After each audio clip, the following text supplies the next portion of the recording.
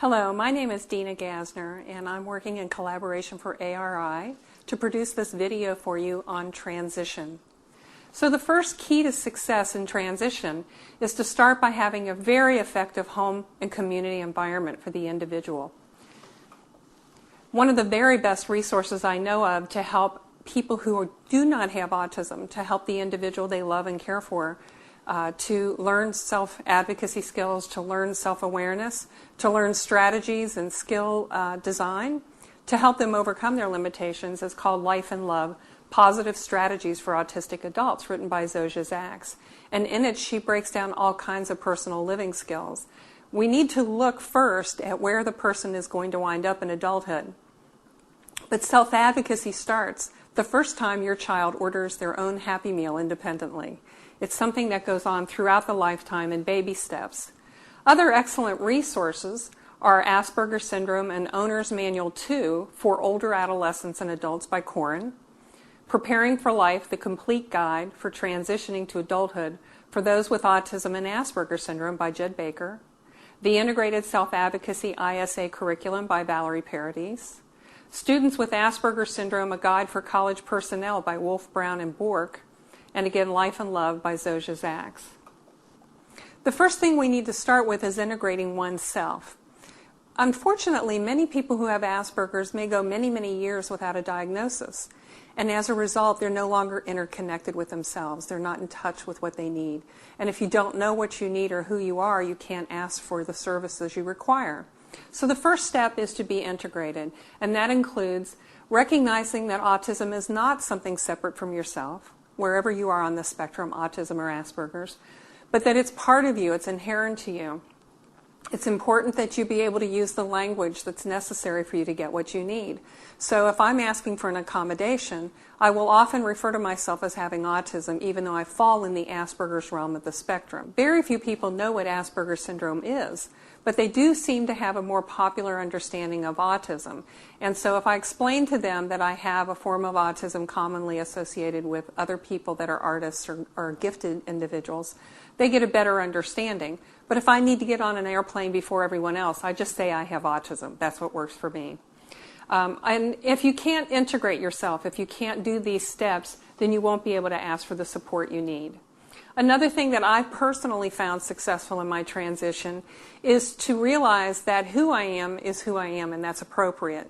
I'm no longer trying to be normal. I tell people that being autistic never bothered me, but trying to be normal nearly killed me.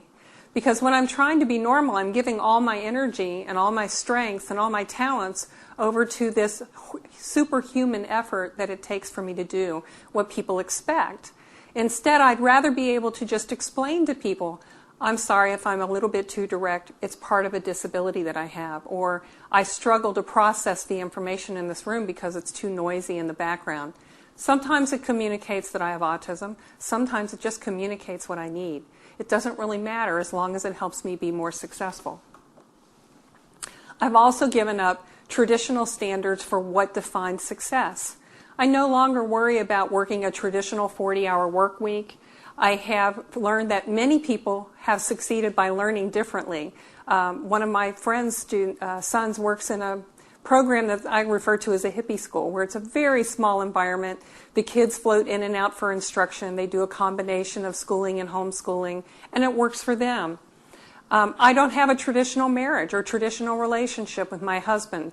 He and I both do much better alone and together when we live in separate environments. He has needs that are disability related that exceed what we can do together, and the same is true for me. It doesn't change how much I love my husband or whether we have a successful marriage. We've just redefined marriage as it works for us.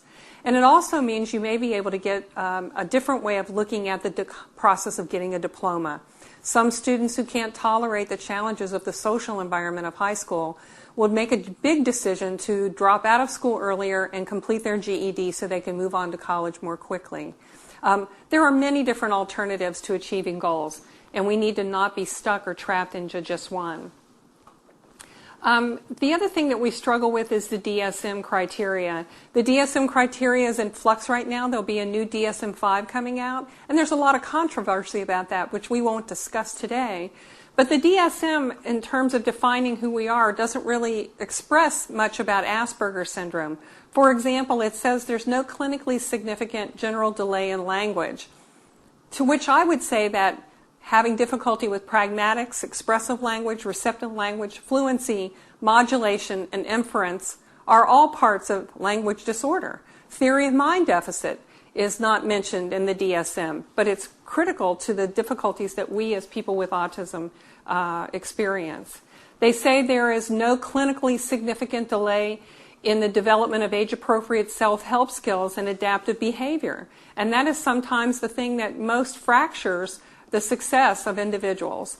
I kind of jokingly say executive function, duh, because these are cognitive challenges: planning, multitasking, organizing, prioritizing, shifting attention, worry and time management go together, getting the gist of a situation or the big picture. Theory of mind, mobility is a big problem for people with Asperger syndrome. They either have maps in their heads and they're totally fluent, or they can struggle to find where they are in the lobby of a hotel. Money management can be a difficulty. These are all cognitive impairments, and we need to accept that that's part of what we're dealing with. Going back to what lays the groundwork for successful transition, there is the school, the student, and the family. It's a collaborative effort, or it needs to be. From the school, the IEP team, or the Individual Educational Plan team, determines the instructional, transitional, and educational experiences necessary for the student to transition. And again, they do that in partnership, hopefully with the student, definitely with the family. They identify their courses of study that are necessary for a diploma. And these things are guaranteed under IDEA and 504. They identify adaptations and accommodations. And some of the accommodations that you should be getting intensive training on by the time you reach high school are technology aids and skill sets to utilize those aids. For example, communication software, software to help you read aloud, software that helps you to read into the computer for the purpose of creating a written document, using a special kind of pen that records in the class, or a tape recorder, modified and adaptive materials that provide equal access, not an enhanced access, are also entitlements that you can ask for. The problem we're seeing with a lot of our students is they're not trained on how to use these accommodations in high school. Instead, a student is provided a scribe or someone to write to them or someone to read for them, and then they become dependent on an individual rather than the technology. So we need to be advocating as a community for better use of technology training, not just after high school, but as part of the transition process. And they also need, of course, enhanced understanding of their disability. Many students show up on a college campus not even knowing they have Asperger syndrome, and that's really unfair to them. It gives them limited information about themselves that's critical for their success. So in high school, we need to write goals and we need to set programs together that help to create opportunities to plan and identify individualized curriculum that's essential for the student to succeed. They need to learn how to self-advocate. When my son, who's now 20 and has graduated, first started learning how to self-advocate, his only task was to bring chocolate chip cookies to the IEP meeting, to simply recognize that this group of people were all coming together in this room for his best interest. At his best, my son would come in and play a video game and wear headphones during the IEP conversation. He was still there. He could hear everything we were saying. Unfortunately, due to his limitation, he was not able to participate in a more effective way. But we're working on that. Learning to transition is not a time-limited skill set. Of course, we have the goal for the person to have those skills intact before they leave high school, but it doesn't always happen that way, and that's okay too. There are all kinds of issues that abound as you transition. One of the biggest problems we have is that our students are not being properly evaluated. It is required under IDEA that at least every 3 years a student receives an evaluation, a full psychological and educational assessment to identify their levels of functioning and whatever accommodations they may require. If the timing is ineffective, the student might get that assessment a year and a half before graduation. most colleges won't accept that evaluation unless it's less than 6 months old. So it's critical that they have a comprehensive evaluation in that timeline, within that last 9 to 6 months of school. It's important that evaluation be norm referenced for adult standards. Some of the testing that high school counselors are qualified to do not norm reference for adult standards, and colleges won't accept those evaluations. And we also need strong recommendations for specific assessments for technology, for again that software we mentioned earlier, or a laptop, because if the student has benefited from that in high school, it's much easier for them to get it as they transition into college. It's important also that we recognize the opportunities for transition evaluations and the resources for that. In ideal circumstances, a parent might want to solicit the services of a private evaluator who's highly skilled, has a lot of experience with kids with Asperger syndrome or autism, who will be forthcoming and assertive in favor of that student getting whatever they need. Unfortunately, many parents can't afford that. So then they have to go to the next possible tier, which is using the school evaluator. Well, we've already discussed some of the limitations. Again, sometimes they get great evaluations from the school, but it depends. The next tier that they can go to is vocational rehabilitation. And every voc rehab or VR office varies from state to state, from region to region, even from county to county and counselor to counselor. While those evaluations are not designed for the purpose of helping someone to understand what accommodations they need, they will determine that a person does or does not have an autism disorder, and it will allow for them to be able to get some accommodations, some equipment. It's important to realize that a vocational rehabilitation evaluation is often 1/3 to 1/4 of the market rate, and the outcome of the evaluation document will sometimes reflect that. For example, my son's private evaluation had a 14-page document with recommendations. However, when we had him evaluated by vocational rehabilitation, the evaluation report was less than 6 pages. When we had him evaluated for Social Security disability, it was less than 3. So if you're looking to get meaningful information to take back to a college or university, it's critically important that you get the best evaluation you can possibly afford. Some evaluators that are private will take that vocational rehabilitation or Social Security assessment, do a second review of it, give a second opinion, and only charge you to do a handful of tests instead of having to do an entire retesting all over again. And if they try to ask you to do that, that's probably not appropriate, because most of the test instruments are mandated such that they cannot be given within a 1-year period again. They can't be duplicated. So it's really important that you know what you're getting for your services. Now, there are some laws that affect transition. We are used to IDEA. And under IDEA, while the student's in high school, the law says, and I'm quoting from the regulations, you'll have to check your slide, the purpose of transition is to ensure disability students have had available to them a free and appropriate public education that emphasizes special education and related services designed to meet their unique needs, and here's the important part, prepare them for further education, employment, and independent living. And I'd like to emphasize that 3-letter word in the middle, and. Unfortunately, what's happening in a lot of our schools is they are getting them through that diploma, and they are possibly preparing them for employment, but they may not have enough time in the day to prepare them for independent living. So in terms of community advocacy, I'm a big fan in an extended day. I think that many of our students would benefit from going to school another hour or 2 each day to work on those independent living skills.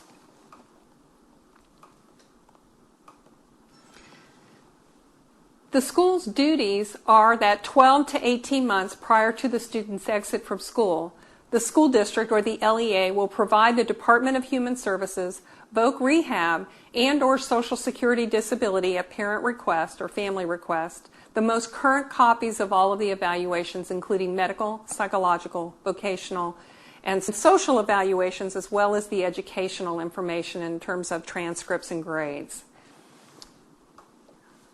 The student must have an individual plan for employment, or an IPE, at the latest by the time the student leaves for school. I believe this is postponed for far too long. In some states, like the state I reside in, transition is an entitlement starting by the age of 14. So I think that we should be starting to think about the future at that point. We may not know whether that student wants to get a degree in technology, but we can certainly identify that that student needs to be able to ask for what he has to have to succeed at school.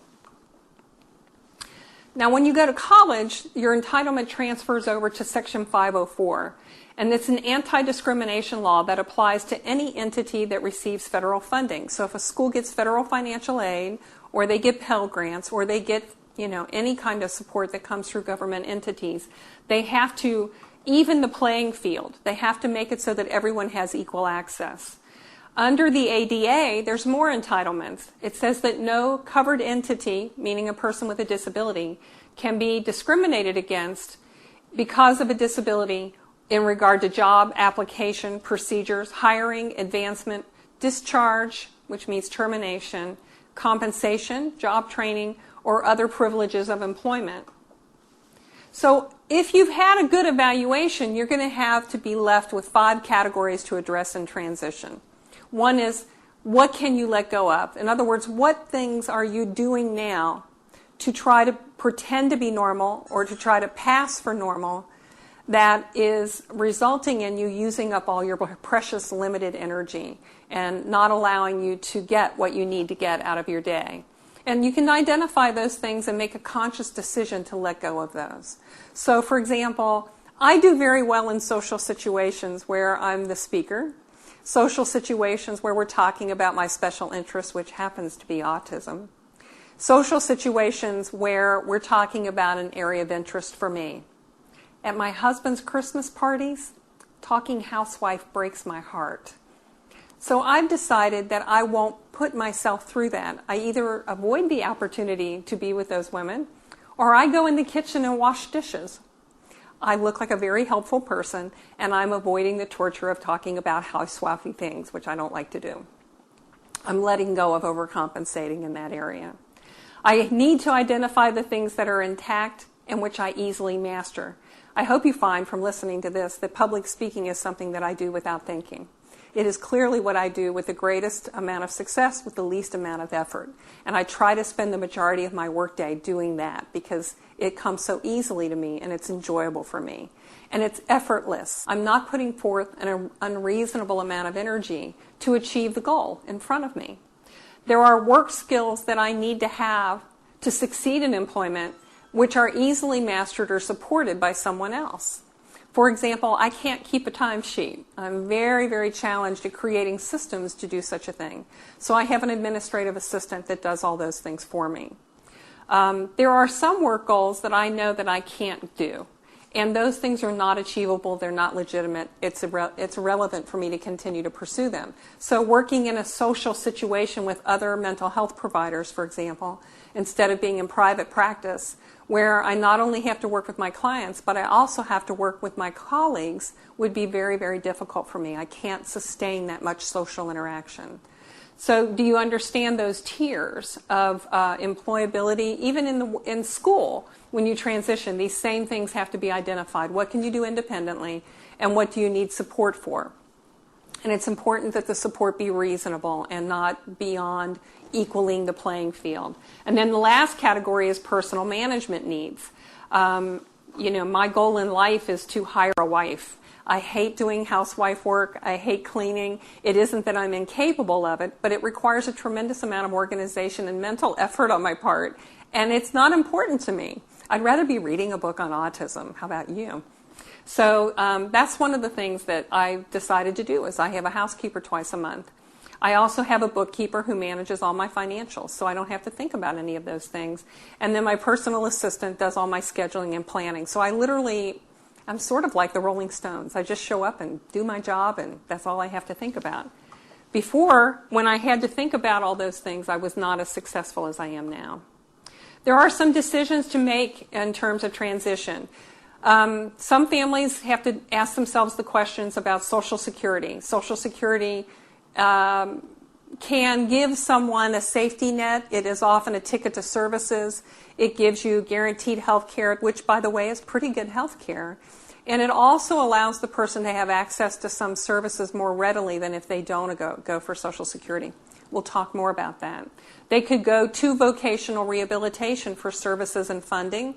They could do a combination of both, or they could choose to just go into the universe on their own. Let me talk about Social Security for a moment. For a person to get Social Security disability, some students can get this after the age of 18. In order to get it before the age of 18, the parent themselves has to be a low-income parent, and the parent also has to be on disability or not working. If that is the case, they will be paid out of Social Security insurance, which is the same as the retirement package insurances. It isn't from disability. You're actually getting money because of the low income of the family household, and this is sometimes confusing to people. If the individual is over 18 and has worked, or even if they've worked full-time and they're under 18, they would be paid out of Social Security disability insurance. So it's really two very different pools of money, but you still go to the same agency to apply, and it is kind of complicated. There's a lot of hidden curriculum, and so sometimes people need a support person to help them get through that paperwork to make sure they're answering the questions honestly, and to make sure that they have the strength to go through with any appeals. Because of the lack of funding in most state agencies, a lot of our individuals have to go through the appeal process, and it can be very defeating and very complicated. In the state I reside in now, it's about a 2-year wait from the first letter of application until the last appeal process. So it can be very demanding, and sometimes people do not pursue it because it's too complicated. But there are ways you can make getting Social Security much easier. For one thing, you want to have that excellent evaluation that outlines all of your challenges. It's important that you demonstrate that you may be employable somewhere else in the country, but in your community, perhaps there aren't any services for adults with autism or Asperger's. I know in my state, if you do not have an IQ score under 70, the state doesn't fund any services for adults with Asperger syndrome or even high-functioning autism. So it isn't just simply that you're unemployable, it's that where you live, the supports for employment do not exist, and that's a factor to consider. It's important that you gather all your medical records, especially if you've unfortunately found yourself in a mental institution at some point or you've been undergoing ongoing medical treatment. This shows a pattern of limitation, and that can help your case to succeed. Any record of employment history, repeated terminations, or an inability to stay on the job due to anxiety, all is very helpful in going forward with Social Security. So the definition of disabled with an autism spectrum disorder from Social Security is, quote, autistic disorder and other pervasive developmental disorders characterized by a qualitative deficit in the development of reciprocal social interaction, in the development of verbal and nonverbal communication skills, and in imaginative activity. Often there is a markedly restricted repertoire of activities and interests which frequently are stereotyped and repetitive. Now what's interesting about that is there's nothing in there about actual language. Many times adults with Asperger syndrome are quite articulate, as I am. And what happens is the more we talk, the less disabled we look. And people won't believe how much we struggle to use that language effectively. So we can face something I call invisibility bias. We just don't look disabled enough. And it seems very unfair to me, but that's somehow the way it works. The required severity is met when there are a couple of things that come into place. First of all, you must have a medically documented finding of a qualitative impairment in social interaction, qualitative deficits in verbal and nonverbal communication, and imaginative activity, and markedly restricted repertoire of activities or interests. Well, you know, how do you measure that in a one-time interview? That's very, very difficult. And then here's some of the challenges I see. You also have to have a restriction in two of the following. A restriction of activities of daily living. Well, if I had my way, I'd read books about autism all day long. But because it's the field I work in, people often don't see it as being a restricted behavior. Marked difficulties in maintaining social functioning, or in concentration, persistence, and pace, and repeated episodes of decompensation, each with an extended duration. Many people apply for Social Security never hearing the word decompensation before, and they may never hear it even if they're denied. A decompensation is a period of time in your life where you find yourself unable to function. If you were 2 years old, we call it regression. But if you're 22 years old, it's considered a decompensation. It may be that the pressure of a job has reached episodic proportions where you just simply cannot maintain employment any longer. Perhaps it's the loss of a relationship or an abusive relationship that interferes with your capacity to keep functioning. It may be that just simply living with the everyday tortures of the sensory input and sensory assault of autism has become more than you can bear. So if you are not under mental health care and no one has documented these decompensations, you may go in to apply and have no evidence to go into your case. My other concern about decompensation is these are the people who are least likely to apply for benefits.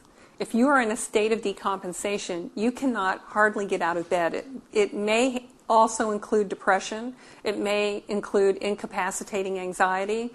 So imagine then in a state of decompensation being asked to fill out this complicated paperwork. It really is rather unfair.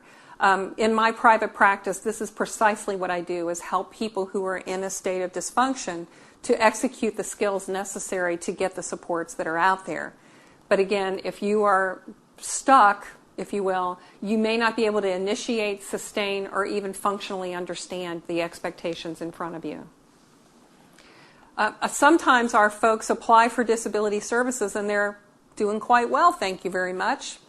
But they're doing quite well because they're 42 years old, they've moved back in with their parents, they have no responsibilities, they're not working any longer, and so of course when they go to apply for services, they look pretty good. They're in a period of pleasant time out. And so again, it's very, very difficult for them to explain to an agency representative how this happy, contented, somewhat organized person is disabled.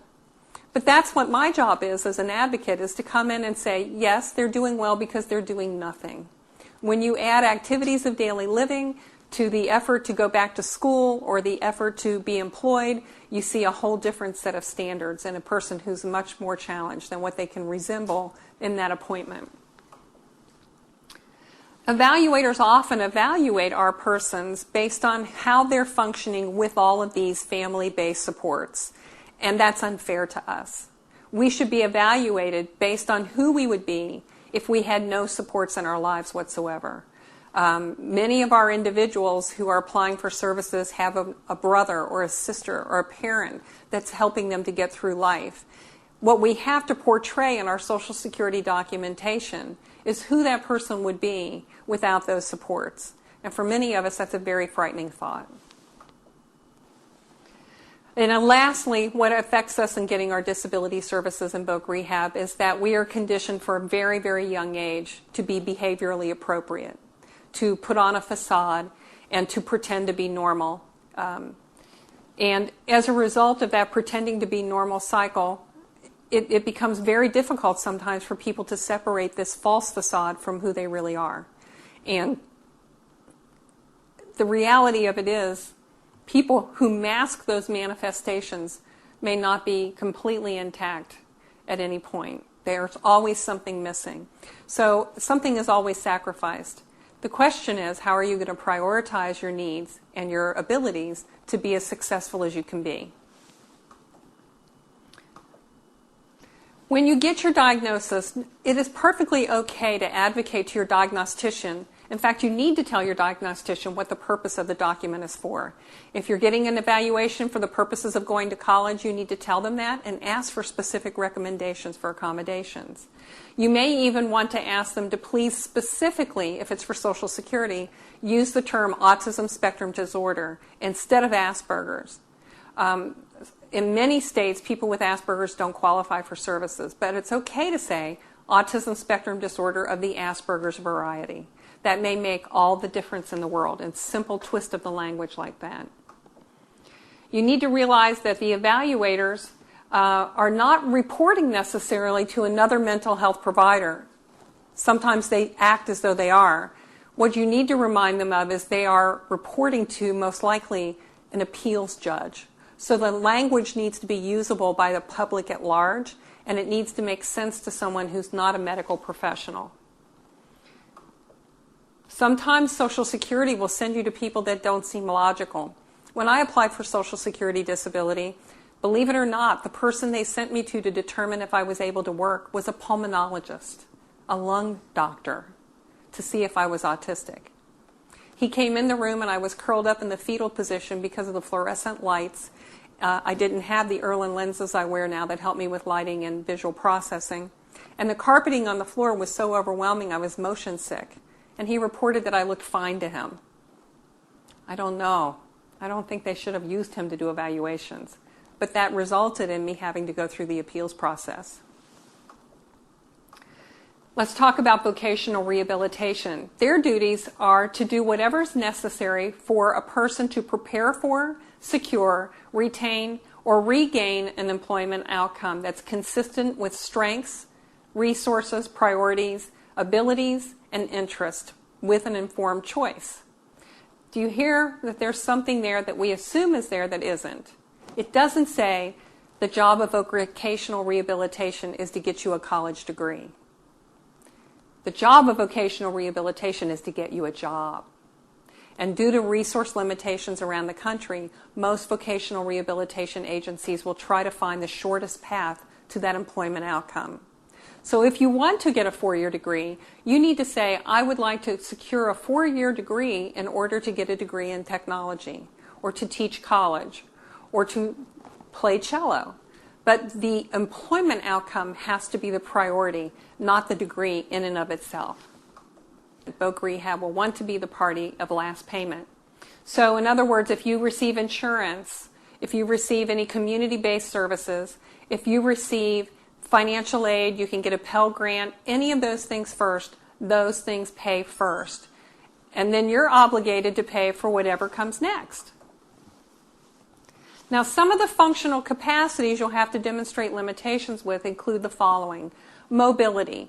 Now, vocational rehabilitation or Social Security or a campus program is going to think that a mobility limitation is the inability to physically walk across the room.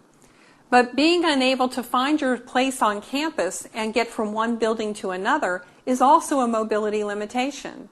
Being unable to maze your way through an airport is a mobility limitation. Communication. We've talked a lot about communication limitations already, but we have a lot of different communication difficulties.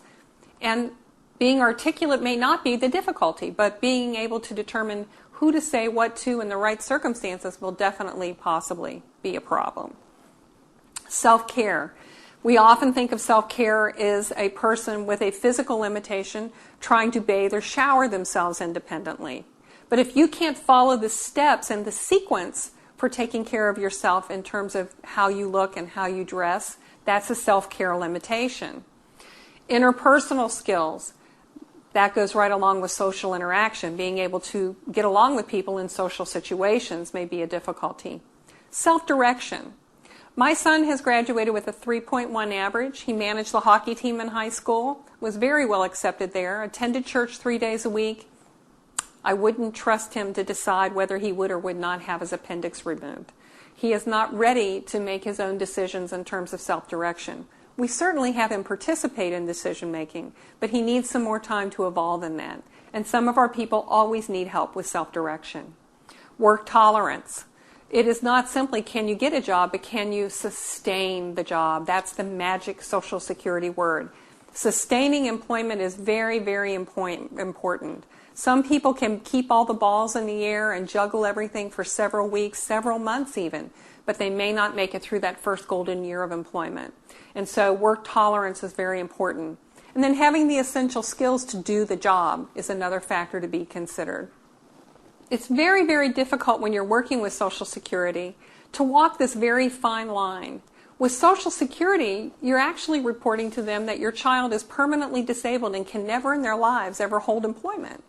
With vocational rehabilitation, you're trying to explain to vocational rehabilitation that your child is disabled enough to need their services, but not too disabled to work. and it's a very difficult line to walk with these individuals. There are some other vocational rehabilitation services that can be made available, but they come from a different department within the Department of Labor. Every state in the country has something called workforce development, and their job is to create employment skills that may not necessarily be academic. For example, being able to drive is a work skill. Being able to use a computer to seek a job is a work skill. And so workforce development is another resource to help you hone your skills toward transition and employment. If you're a student who's looking to go to college, or if you're an adult who's been to college and didn't succeed and would like to try again, I'd like to give you some information from the Wolf, Brown, and Bork book for college development officers. Here are just a handful of the accommodations that you can ask for. I wish I'd known about these when I was in school. You can get almost half again time for testing. You can ask for a reduction of distractions. You can use your computer to either read the examination to you in a text-to-speech format, or you can use your computer to dictate your work in a speech-to-text format. You can ask for clarification of the intent of the question or the assignments, either in writing or orally. You may ask for a separate room to do your testing in that's distraction-free or where there are no other students there. You can ask for more breaks, either during class or during testing. You can ask to orally supplement your essay exam. For example, my son can look at a multiple choice test and find all the answers on the page, but if you gave him a blue book and told him to write everything he knows about the Civil War, you probably wouldn't see much for him. But if the teacher would then go back to him and say, okay, tell me a little bit more about this, he might be able to report much, much more orally. That's okay. You might also be able to use a tape recorder to record your exam answers. All reasonable accommodations that even the playing field. Not having to do bubble testing, filling in those little colored dots, is a reasonable accommodation. You can again answer orally, or you can use the test booklet and write right in the booklet. Large font, or having your exam transferred electronically so you can enlarge the font is perfectly reasonable. This is the newest one I've come up with that I thought was really good out of their book. If you have social anxiety issues and you can't give a classroom presentation, you can actually do it on videotape and play it in the class in lieu of you having to stand in front of the class. It's a great solution for people who are afraid of crowds. You can present only to the professor, unless it's a course where presenting to a group of people is required. Then again, you'd want to go back to the previous option. Alternative assignments can sometimes be requested, but you want to ask for them very, very rarely, because that's the accommodation professors are going to most think is unfair in terms of evening the playing field. So for example, if you're being asked to interpret a point of view in a literature piece, people with autism have theory of mind deficit and they can't take the point of view of other people.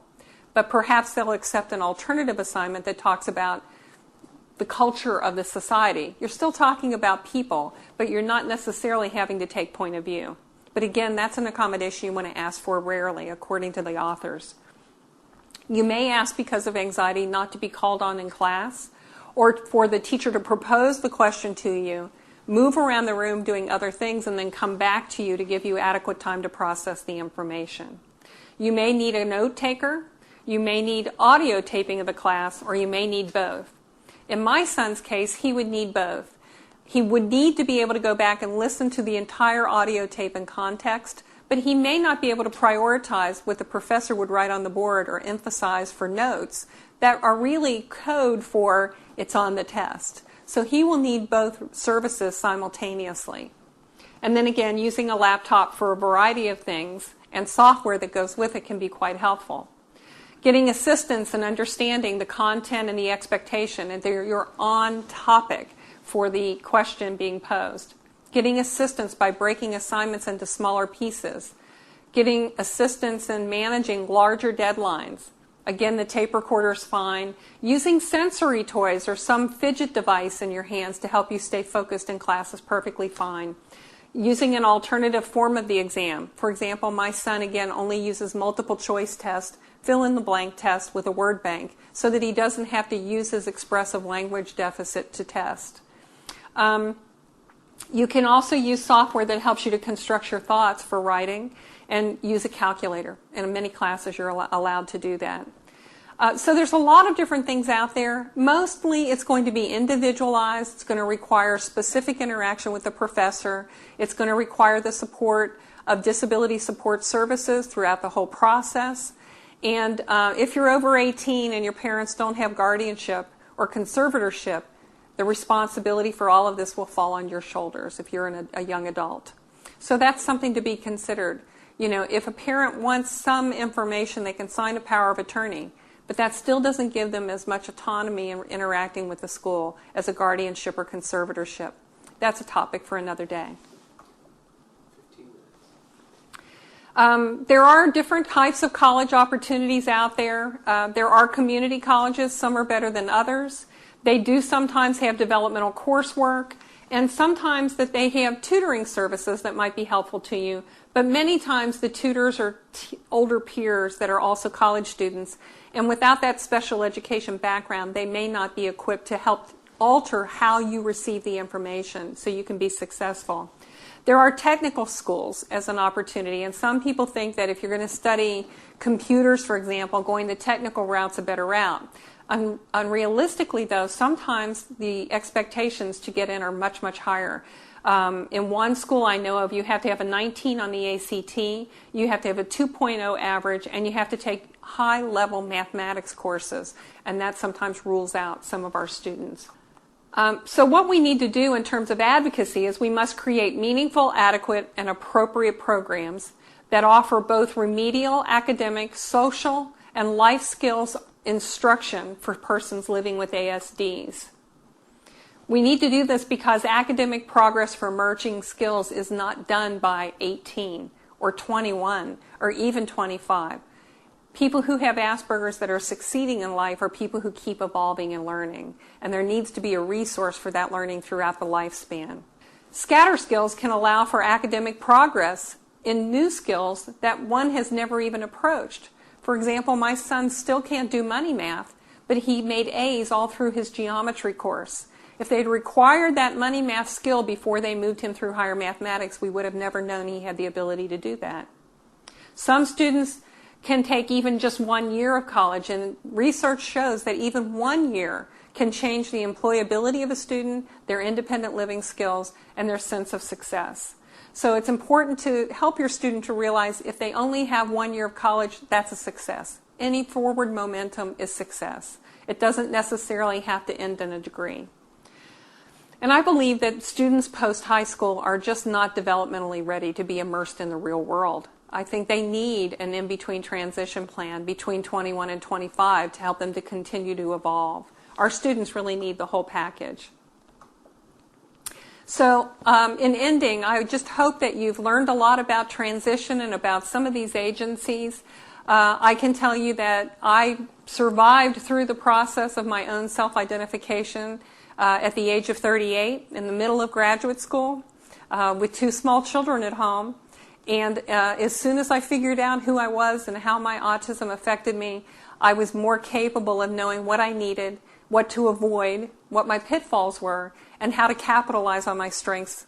So I hope this has helped you to become very successful in identifying your strengths and objectives, and that you'll succeed in your future plans. Thank you.